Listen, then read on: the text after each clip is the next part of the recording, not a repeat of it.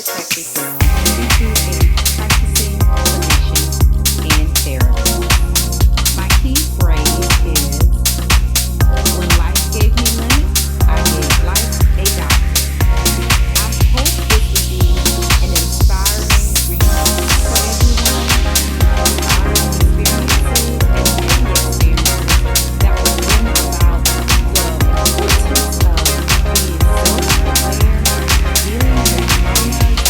being focused on your mental health wellness. The truth is in the journey. I hope you enjoy my podcast, Gradual Growing. I'm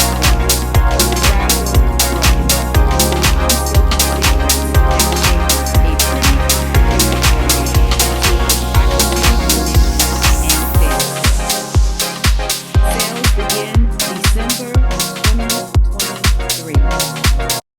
Welcome to the We Got Options radio show with the doctor and son, and today we'll be listening to a lecture from Dr. Latasha McElwain about autism. Hello, this is Dr. Latasha McElwain. I am here today to present overview of autism, understanding coaching, advocating, and building the awareness of autism.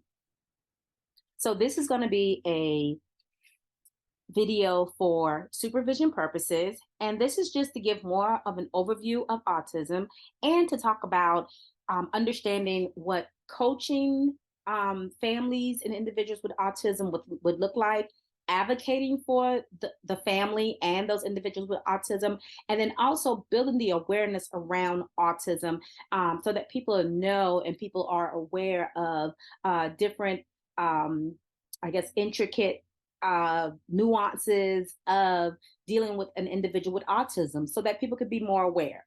So, want to go right into talking about autism coaching, advocate, and awareness. So, one of the reasons why we did come forth with this video for the purpose of supervision is because we do have a program with our Green McElwain Foundation where we are trying to definitely build that awareness. We are building in to have coaching for individuals, have advocacy for individuals, as well as, anything that's going to be able to support individuals with autism.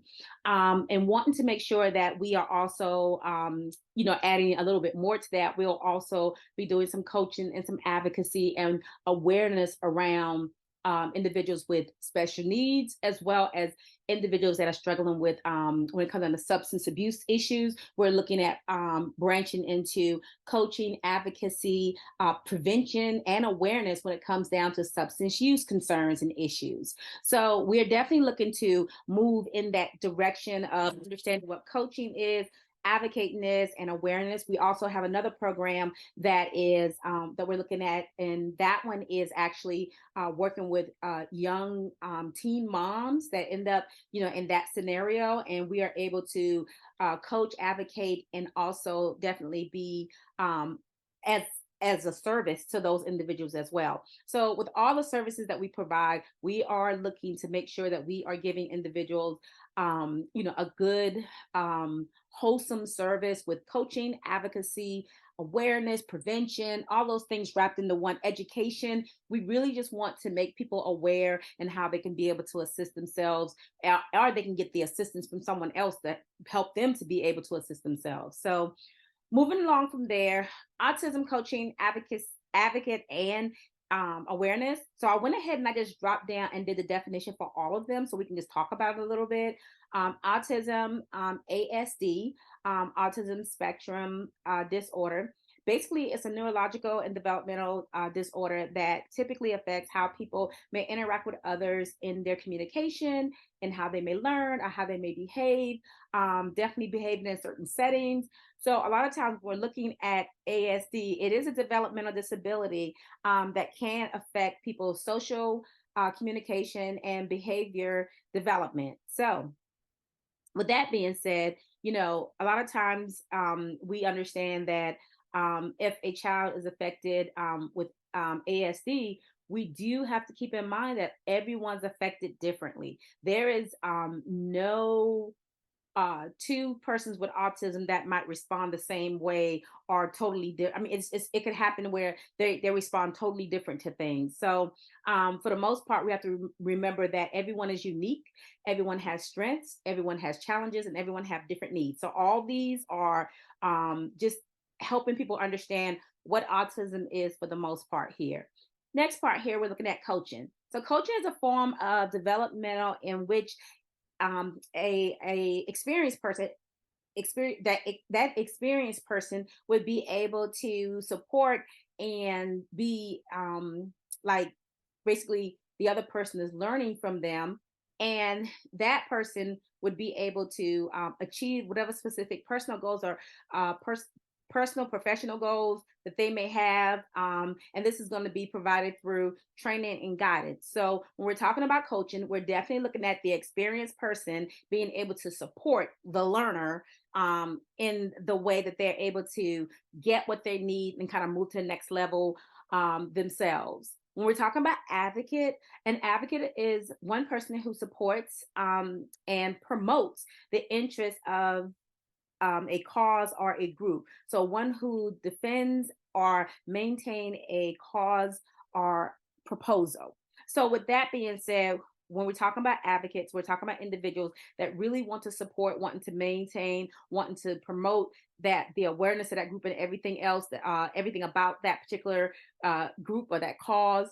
And then we move down to the word awareness, because I just used it just now. When we're looking at awareness, awareness comes along with having the knowledge and the perception of the situation, or being able to convey that knowledge and perception to get the awareness out there. For the most part, when we're looking at autism, we're looking at or any area for the most part. When we're talking about giving someone the knowledge, I mean, giving someone the awareness that they need to have to be, work in that area for the most part, that means that that person becomes well informed. They're very interested in what's going on, the particular situations and the development of things. They are definitely in there and they know. So they have facts that can back up their knowledge base. So for the most part, when we're talking about awareness, um, advocate, coaching, and autism in this setting, we're talking about basically being able to make people aware of what's going on so that there are individuals out there that could be a guide for others, as well as individuals that can be a person that will support and promote the what's going on, the main cause of what's going on, or the proposal, defended the proposal, or it's an individual that's kind of out there with that awareness piece, which is really having the knowledge, having the specific facts, and knowing about the concerns and able to get that out there because they're informed, they have an informed interest in the particular situation. Okay, so we're going to move right along and talk about some of the overview and facts. So we're talking about autism. So autism coaching and autism advocates is kind of a real thing, but not necessarily a real thing. But basically, they're essentially experts in the area that will guide with living a person living with autism, a person that's living in the autism world. Basically, they are the experts and the guys that help an individual to kind of navigate different areas. Because the autism world is so there's so many diverse parts and it's so complex, that basically a lot of times there are individuals, basically they need to have many different specialties, or you may find several different individuals with many different specialties. So you may have someone that might have more experience in the legal aspect of things, maybe an attorney. You might have someone that has a little bit more experience in the housing aspect of things, maybe a case manager. You may have someone that have more of expertise in the educational piece of things. So that bring another piece as well. And we're talking about the different specialties. Um, of course, when we're talking about autism, we have to look at that about 4 times more likely that we have boys that will be diagnosed with autism than girls.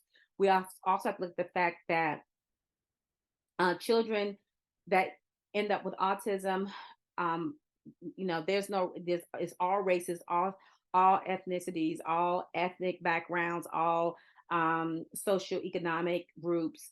Everyone can be affected. Also, when we're talking about autism, we have to be mindful that every child with ASD has different skills, challenges, and needs. So they have their own special thing that they kind of deal with for the most part. I have never really seen a whole bunch of children dealing with autism that were just the same. All children are different when it comes down to autism. I believe, from being a parent of a child with autism, that the more you expose a child to, I did a lot of exposure therapy with my son. And with a lot of that exposure therapy, I mean, he's able to do a magnitude of things that, don't get me wrong, in my professional career, I have met families where the child can't go to Carowinds, or the child can't go to Disney World, or the child can't go to a football game and things like that. But basketball game, or but my son, he does all that. He goes to football games, basketball games, Disney World, Carowinds, yeah, you name it. It's a sporting event. He's there. He's not afraid of being large crowds with a whole lot of people. Now, mommy, on the other hand, I get a little nervous, but he's definitely, there's no fear there with going to those type of events with all that noise. No, he's totally fine. So I say that to say everyone's going to have different skills, different challenges, and different needs. Okay. All right. Then when we're talking about ASD, basically you can pretty much get a reliable diagnosis around age 2 or age 3. But of course, when we're talking about diagnosing, we definitely want to start looking at things as early as possible in order to get services that are needed in place. And on that note, we'll be back with the We Got Options radio show with the doctor and son. Dr. Latasha McElwain's professional consulting services. Dr. Latasha McElwain has become an elite and esteemed professional in her field of counseling psychology.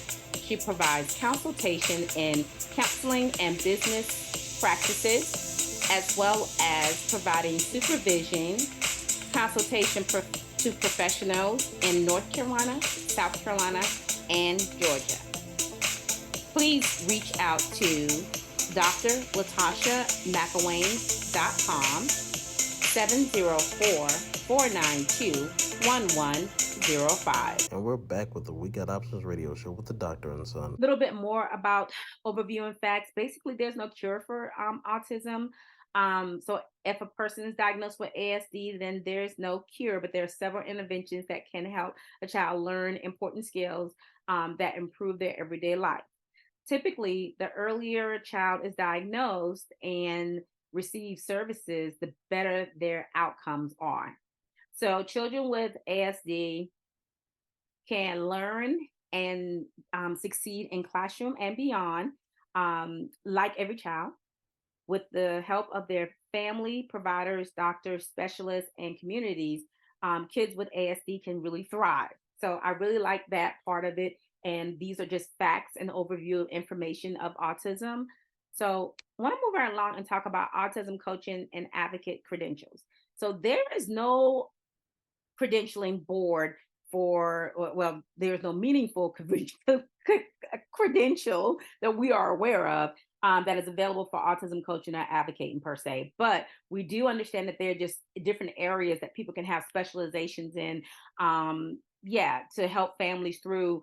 They may have credentials and they may not have credentials. I've seen a lot of coaches and advocates that are doing coming from a counseling background, coming from social work background, special education, psychologists, therapists, even lawyers. So for the most part, with our program, we try to make sure that our advocates are coaches when we get to that point of having coaches. But right now, we just have a lot of advocates and navigators. Our advocates and navigators definitely have a counseling background or a social work background. They are moving in that direction and are pretty much in that field, and definitely understanding and becoming the expert in what they do as well. However, myself, I have experience in educational backing, of course, in the counseling field, but I have lived experience because I have a son that has autism, then I have another son that has his special needs as well.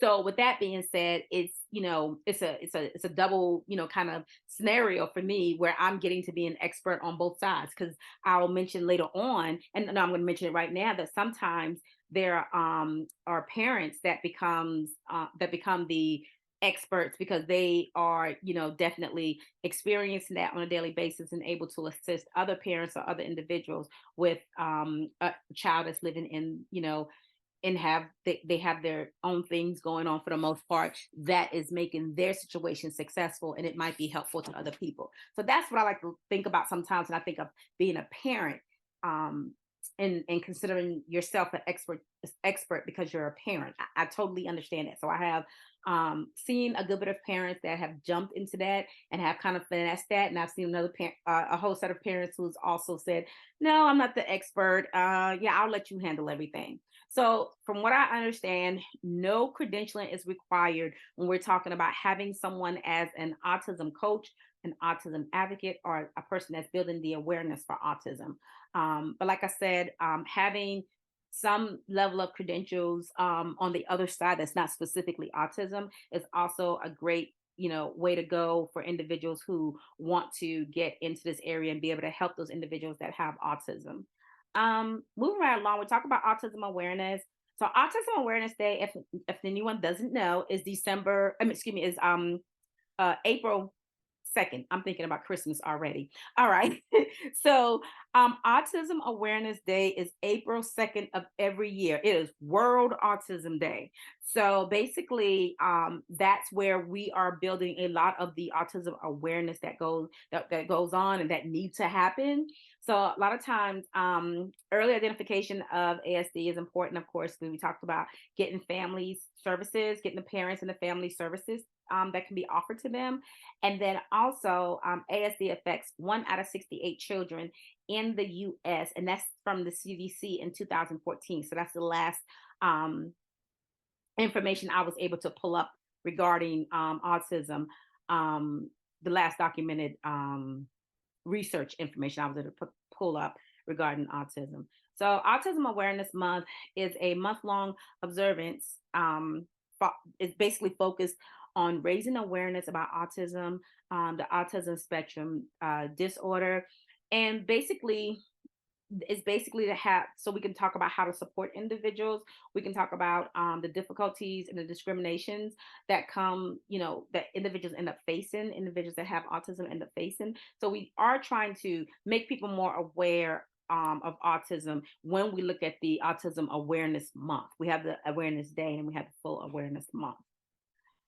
So 5 ways you can raise autism awareness. You can educate yourself.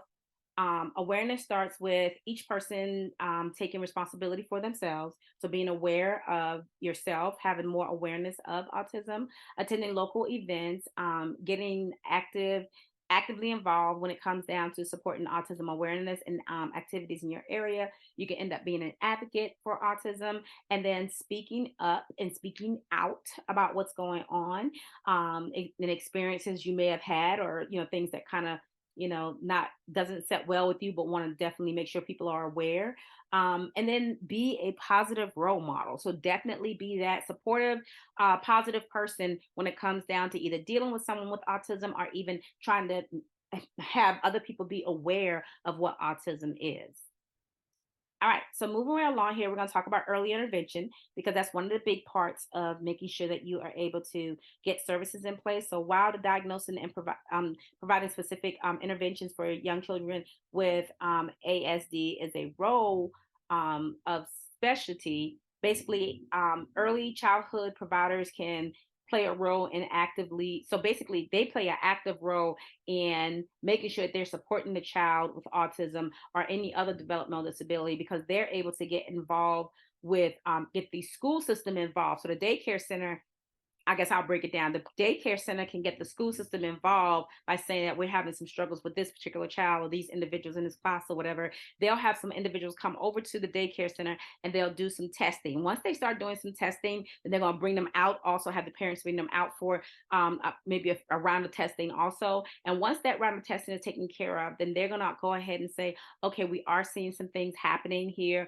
and we do want you to get more services. So they're going to start talking with mom. Mine, I went through the experience of They came in-house to the daycare center, and then I took my son a few times out the house to the CMS schools here in Charlotte, and they were able to work through a good portion of testing with him that eventually wound up us going to have the full testing done at Teach.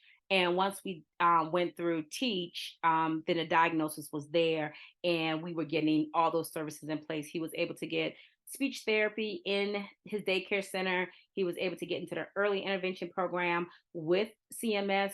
So he left daycare shortly after that and went into CMS, where they had the physical therapy, not physical therapy, the speech therapist coming in. I'm going to probably go back between physical and speech because I have a son getting speech therapy and a son getting physical therapy. But my son is getting the speech therapy with the autism. They came in and they tested for all the other stuff too. They tested for occupational therapy. They tested for physical therapy to see if he needed those services in place also, which he didn't. So moving right along, we definitely was able to catch things early, and early intervention is what they're saying is the best way to ensure that individuals are going to get the services they need to live a more healthier and lifestyle as they get older, for the most part, because they learn and they develop in different ways, but they're learning a whole lot of different things when they have a whole lot of good services in place. um, by using developmental appropriate practice, basically they track the developmental milestones, basically communicating with the parents. They're always being aware of community-based resources, early care and education providers. They also they contribute a lot to the young child's life and to the family's life, because they're sometimes are the ones who first end up seeing what's happening and what's going on. And that's kind of what happened in my scenario. So I tell people it is good to check on, have your kids checked out and make sure everything's, going well as needed when it comes down to their different milestones and things like that in their developmental track. All right. Also, let's talk about more about early intervention. So step by step description of how to work with simple concepts in everyday routines. And these concepts include engaging a child in play, using children's interest in activities, promoting child participation with with a shared agenda, and then using visual cues to make choices, and then playing together with objects, and practicing joint attention. So these are things that the daycare center typically would work with a child. And if you're a parent, you can definitely do some of these things as well, I'm sure. Other things to think about when we're talking about early intervention: learning words, doing joint attention, and that's probably in a group setting, I'm guessing. Book sharing, uncovering learning potentials, peer mediation support, teaching children to play with each other. Predictable spaces and predictable routines. Um, and then we're looking at distracting and redirecting children to engage in appropriate behavior. And a lot of these tips were developed, to help children with autism or ASD, so they will be able to help them, learn and grow for the most part. I will mention that everything there sounds pretty accurate, because I can definitely state and, give to this research that yes, routine is big. Routine is one of those big things that we work on, and we make sure that everyone kind of knows what's happening next and what's going on and what's happening for the next week. So if we have a busy week, everyone knows we have a busy week, and we have a lot of things to get done. So, all right. What services are available to young children with ASD under the Individual with Disability Education Act? So the I call it the A, excuse me, the IDEA, Individual with